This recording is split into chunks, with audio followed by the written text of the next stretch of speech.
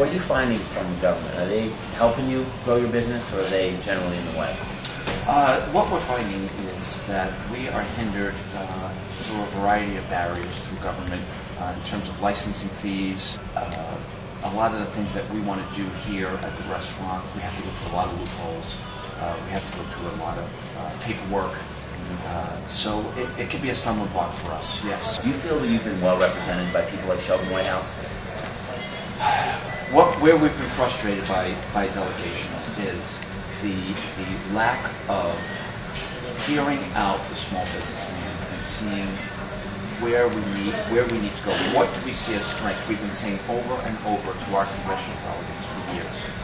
We need congressional leaders to fight for Rhode Island on a national level and really start thinking in terms of that this is one of the jewels of the United States.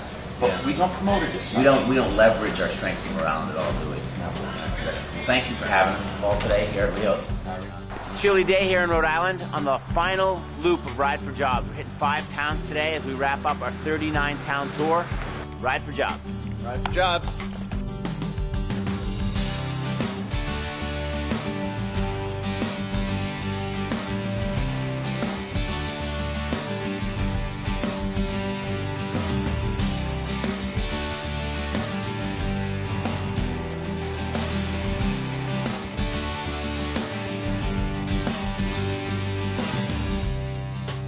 Atmosphere here at the America. So, what are you hearing out here about the economy? What are you seeing? What are you feeling? I mean, you just opened this location. Yep. You're in Providence, Rhode Island. Rhode Island is just named the worst place in America to open and run a business. What are you feeling? Well, this specific area is a little bit different just because it's we're right down the street from Brown University, and I've always liked Providence. I've lived here several times for over different periods, so I really like Providence. I didn't dislike Fall River; it was, I think, a better match for me and my restaurant being here in this neighborhood. I hear a lot about inflation and the cost of food. And almost to the day I opened, when I was in Fall River, right after I opened, the economy started to tank.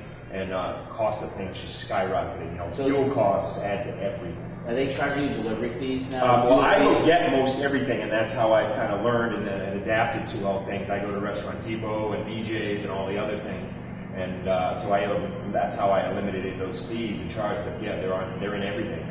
What do you think about the federal situation?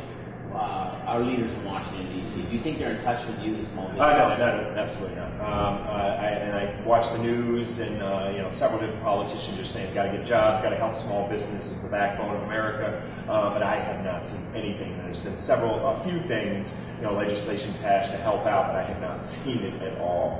What about all this debt that our federal government laid on? The job creators and the taxpayers. And that's you concerned about it? It's a huge hurdle. You don't really see it day to day. What the bill is, but it affects everything. It's like the fuel costs affects everything.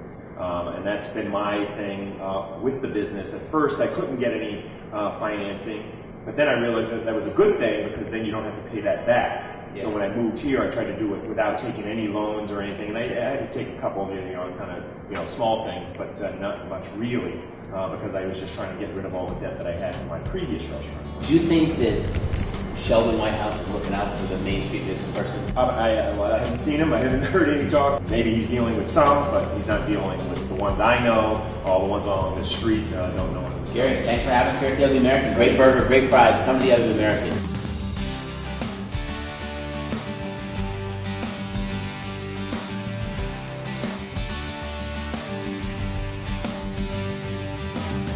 Hearing the same thing over and over again. Times are tough. We can recover here in Rhode Island, but we got to get the government off the back of these job creators right now. We need to send business people to Washington, D.C. to regrow this economy. Career politicians like Sheldon Whitehouse just can't do it.